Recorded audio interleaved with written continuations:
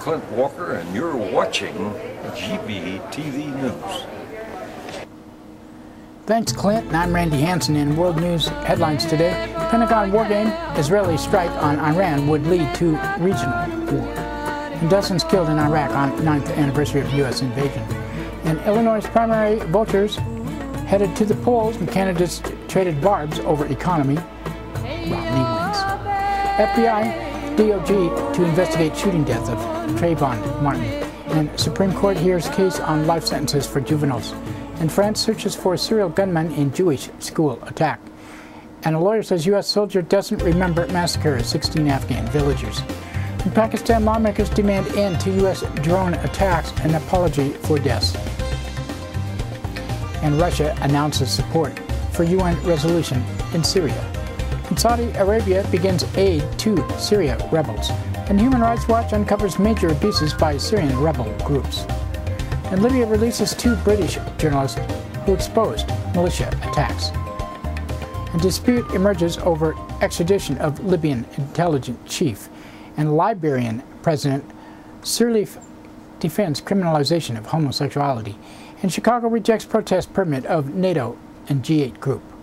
And Georgia lawmakers propose criminalizing protest outside CEO homes.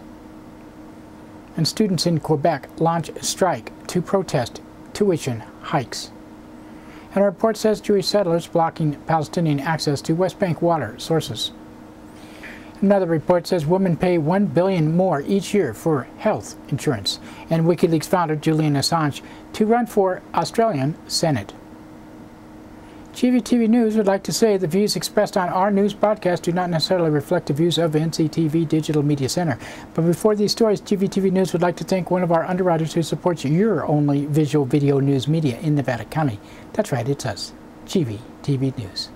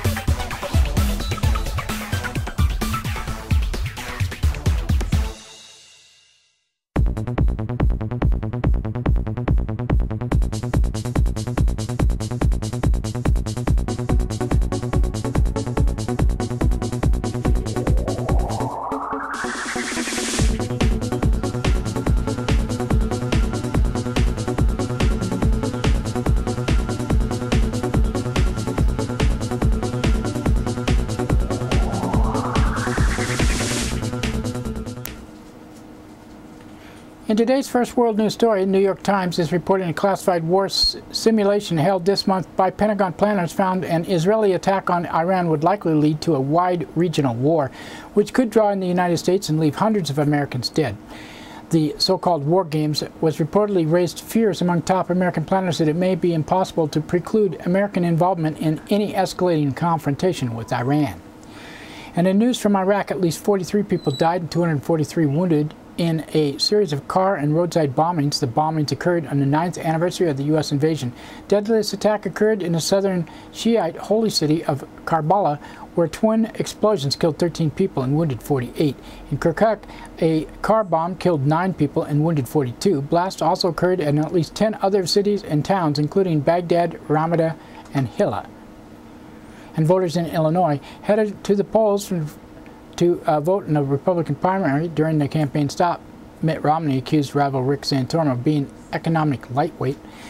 Mitt Romney said, "I'm someone experienced in economy. I'm not an economic lightweight. President Obama is. We are not going to be successful in replacing an economic lightweight with another economic lightweight. We're going to have to replace him with someone who knows how to run this economy." Rick Santorum responded during his stop in Rockford, Illinois, by calling attention to Romney's ties to Wall Street. Rick Santorum said this race is about how we're going to get this economy growing. I heard Governor Romney here call me an economic lightweight because I wasn't a Wall Street financier like he was. You really believe this country wants to elect a Wall Street financier as a president of the United States? You think that's the kind of experience we need? Someone who is going to take and look after, as he did, his friends in Wall Street and bail them out on the expense of Main Street America. Oh, that was a question. Anyway, Romney won. Justice Department FBI launched an investigation into the killing of 17-year-old Trayvon Martin last month in Florida. The unarmed African-American teenager was shot dead by a neighborhood watch volunteer in an Orlando suburb. The shooter, George Zimmerman, remains free and has not been charged with the shooting. And U.S. Supreme Court hears arguments on a pair of cases to determine constitutionality of sentencing a 13 and 14-year-old to life in prison without a possibility of parole. At least 79 juveniles are now serving such life sentences.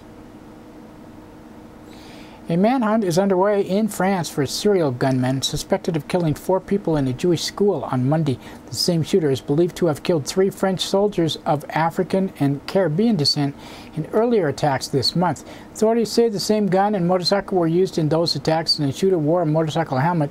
New reports say the gunman wore a small video camera around his neck and may have filmed the attacks that killed 3 children and a rabbi at a Jewish school in Toulouse.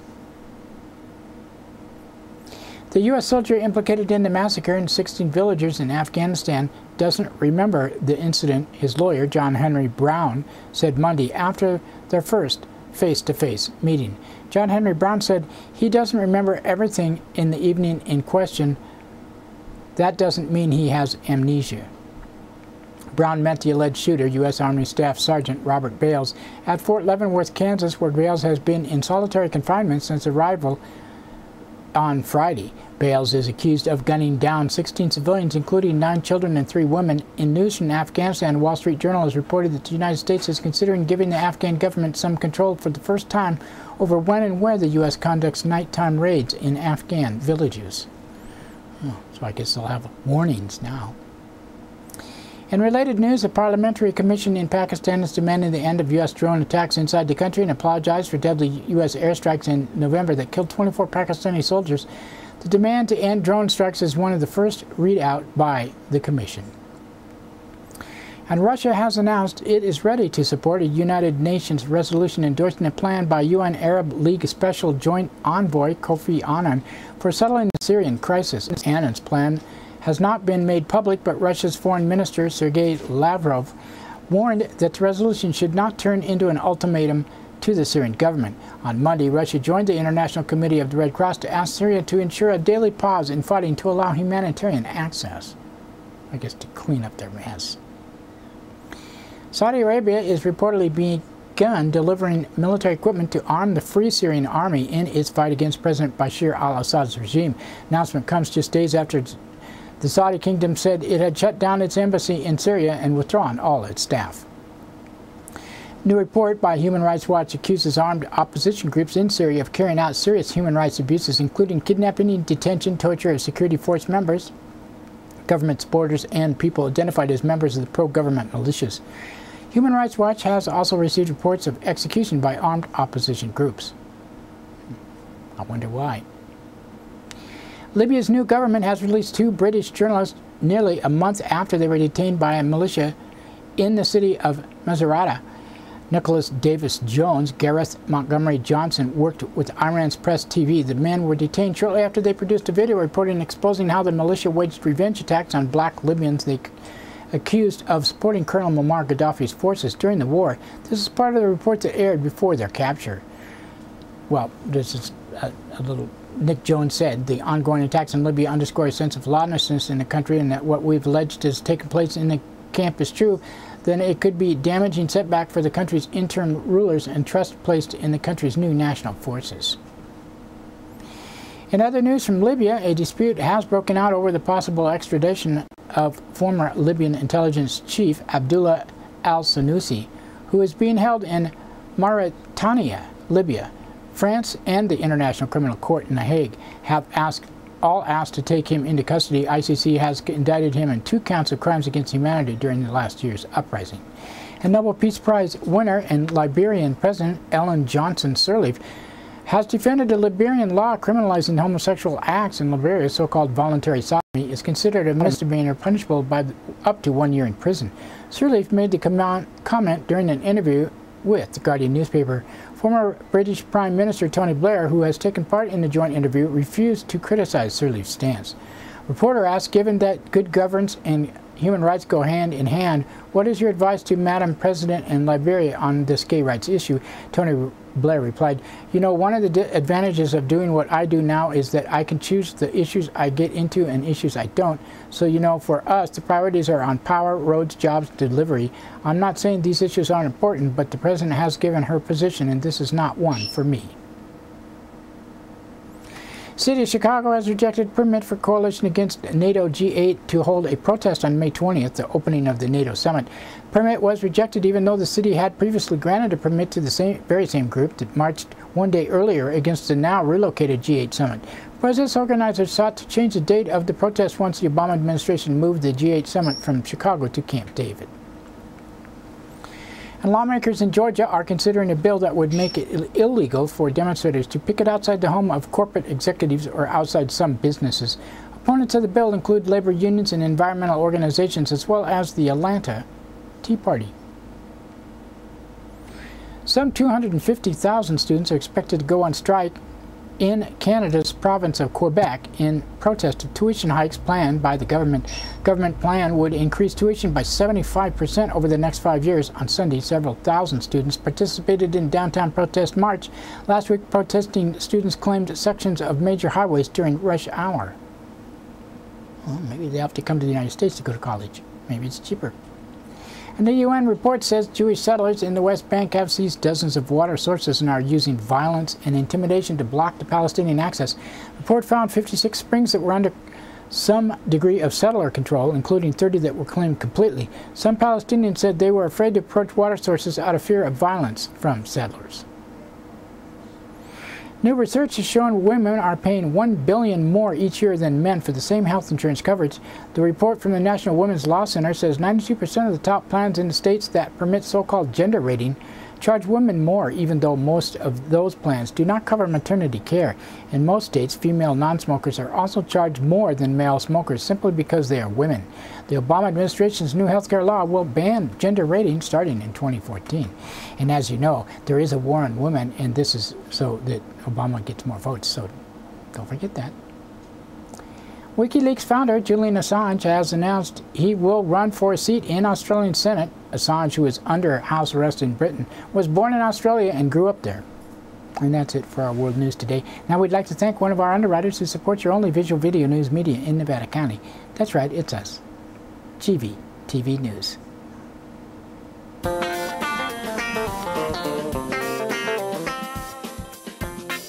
Soundcheck Music Center, the rock and roll connection. We have guitars, amps, drum equipment, sound accessories, lessons, and repairs. We are located at 671 Maltman Drive, Grass Valley. 530-272-7236, open 7 days a week. No one needs anyone, they don't even just pretend. John is an American. I'm afraid of Americans. I'm afraid of the world. I'm afraid I can't help it. I'm afraid I can't. I'm afraid of Americans. I'm afraid of the world. I'm afraid I can't. That's right, it's time for the police blotter. Pictures in the blotter not from these actual events but used for visual aid only. Grass Valley Police Department on Sunday, 1:39 p.m. Caller from 300 block of Mill Street reported an ongoing issue with transients residing in a residence and leaving behind personal belongings. And 2:04 p.m. caller from the intersection of South Church and Main Streets reported a dog tied to a post. The owner was located and admonished. And 3:08 p.m. a caller from 300 block of South Church Street reported an ongoing issue with the creek overflowing down the driveway to the caller's house. And 6:20 p.m. a caller on 200 block of East Main Street reported hypodermic needles next to a trash can. And Nevada County Sheriff's Office on Sunday. Don't ask me why I put that picture in there, but it had needles in it. 10:07 a.m. a caller from the intersection of Wild Turkey Lane and Kearney Court reported several wild dogs or wolves fought for 20 minutes. And 10:30 a.m. a caller from 21,000 block of Rome Road reported several residents attempted to rescue an old dog from the rapid river waters of a creek. And 12:02 p.m., a caller from Suzanne Way near Cedar Way reported her car was egged and she followed the juvenile responsible to a business. In a subsequent call, the woman said she would resolve the matter with the juvenile's parents. And 12:14 p.m., a caller from 11,700 block of Empty Diggins Lane reported the theft of 7 medical marijuana plants. And 1:45 p.m., caller from Highway 49 near Brewer Road reported a vehicle on the side amid a heavy hailstorm with the driver still inside. At 5:17 p.m., caller along Interstate 80 near Cisco Road reported a vehicle rollover. And Monday, 12:20 a.m., a caller from 12,800 block of Pascali Road reported their mother was setting the house on fire. Nevada City Police Department on Sunday, 8:59 a.m. A caller on the intersection of Park Avenue and Nimrod Street reported a vehicle parked on the curve past a stop sign with its lights on. I'd call 911 too, wouldn't you? And that's it for the Police Blotter today. Now we'd like to thank one of our underwriters who supports your only visual video news media in Nevada County. That's right, it's us. GVTV News. Christopher's Old World Deli and Catering Company has brought its delicious food and service downtown Grass Valley. Like desserts? They got 'em. You like international style lunches? They got 'em.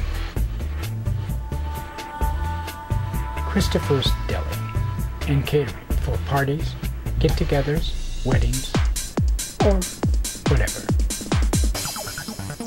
Open 7 days a week.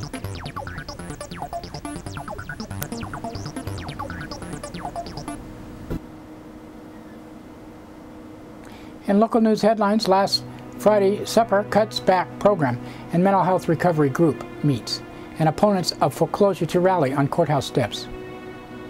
In today's first local story, written by Trina Kleist of the Union, difference between feeding hungry, lonely people once a month and twice a month for a year is $1,500. The last Friday supper started in 2001 at Grass Valley's United Methodist Church, open to anyone who wanted a hot meal.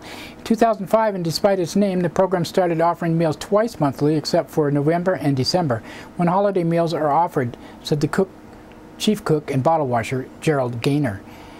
Run entirely by volunteers, the program spends about $3,000 yearly to create meals such as cornbread and soup of beans and ham or spaghetti or barbecue. Anywhere from 45 to 125 guests show up for sit-down service, Gaynor said. I had a single mom at one of the meals. She had a couple of kids with her, and she came in up to me and gave me 41 cents, Gaynor recalled. She said, "That's all I have, Mr. Gaynor, or I'd give you more." That was worth $100. For other guests, the bi-weekly meals are a social opportunity, especially for seniors who live alone, Gaynor added. There's a group that sits at a table together, and you can tell it's like it's good to see you, he said. But on the ongoing recession that has caused donations to dwindle, in February, organizers decided they had enough money for one meal a month starting in March. When I made the announcement at the February meal, you could just feel the mood in the room drop, Gaynor said. People said it's amazing what getting a couple free meals a month can do to help them with their grocery bills. Guests were left waiting for the other shoe to drop, Gaynor said, but there's enough of us committed that I don't think we will let it go to that next step. Those interested in helping with the meal can send checks. Well, I'm not supposed to ask that on here, but you know what? You can contact Grass Valley United Methodist Church at 236 South Church Street. Find out more information about their program. If the organizers can raise enough funds, they may be able to renew their second monthly meals later in the year. The next meal will be 5:30 p.m. March 30th. Chef Lynn Costa is serving corned beef and cabbage. In another Trina Kleist story out of the Union, people working on wellness recovery action plans will meet from 10:30 a.m. to 12:30 p.m. March 29th in Grass Valley. Action plans are a wellness tool that anybody can use to stay on track whether they are working out of issues of mental illness, substance abuse, or just life, said certified RAP facilitator Janella Kirkman. She'll be leading the meetings with certified facilitator Deborah Daniels at Spirit Peer Empowerment Center up at 276 Gates Place, Grass Valley. Great place. RAP promotes a culture of hope, personal responsibility, education, self-advocacy, and a support for people living with mental illness. This is a free group. Spirit Center is open at no charge to people facing challenges to their mental health. Trained peer counselors offer acceptance, support, education, and advocacy. Services include peer counseling, support groups, hot showers, a laundry facility, service referrals, a closed closet, organic food, a weekly brunch, and holistic health alternatives. All services are free and confidential. If you want more information about this place, just give them a call, 274-1431.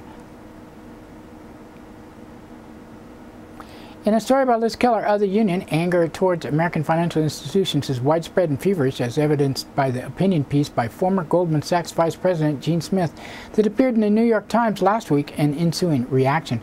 Smith contended the investment bank was not just turning a blind eye to employees ripping off clients, but actively encouraged it as a bona fide means of augmenting the bottom line. Piece added more fodder for growing public discontent at behavior of major financial institutions.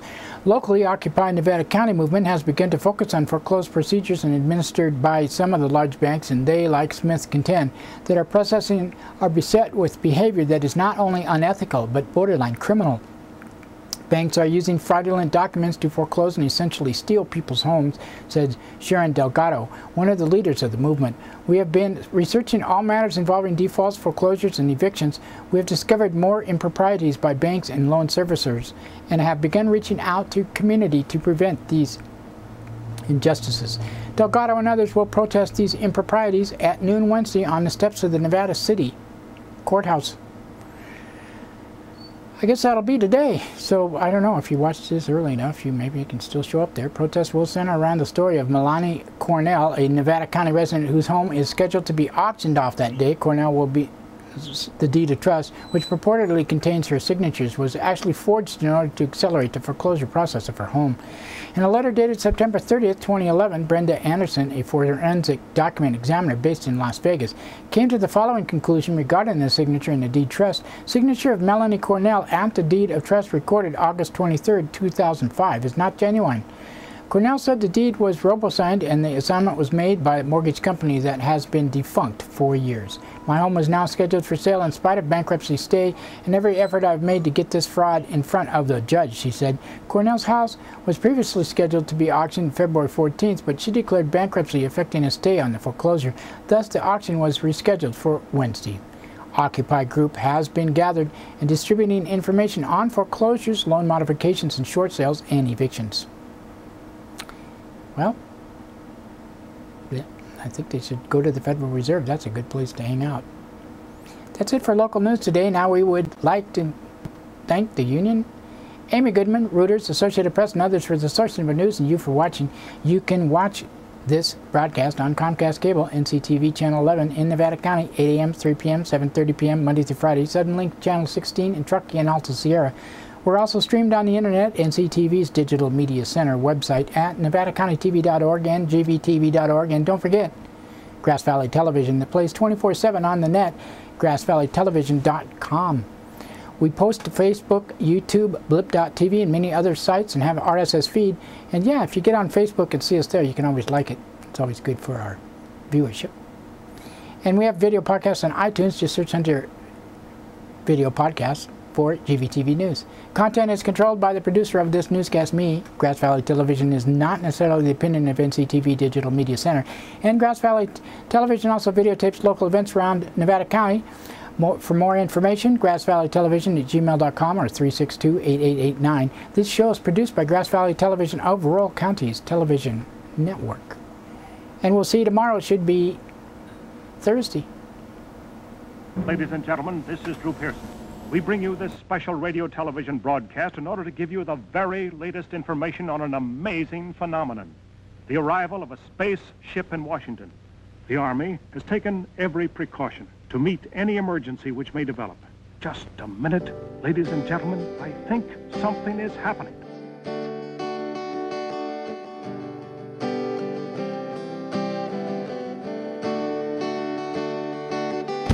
Major, I have come to see the future.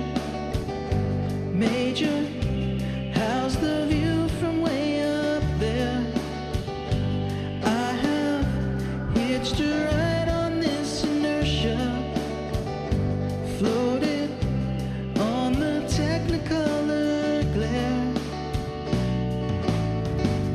And I don't believe that we can even hear you. Won't you try your cosmic radio again? And the life here on this planet still may fear you, but we sure could use an interstellar friend.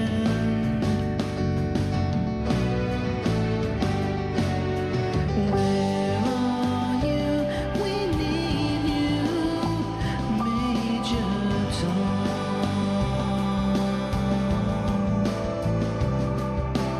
Take your pills and put your spacesuit on.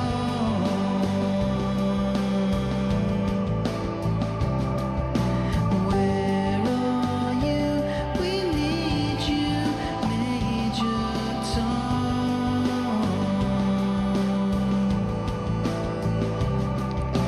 Check your charts and find your way back home.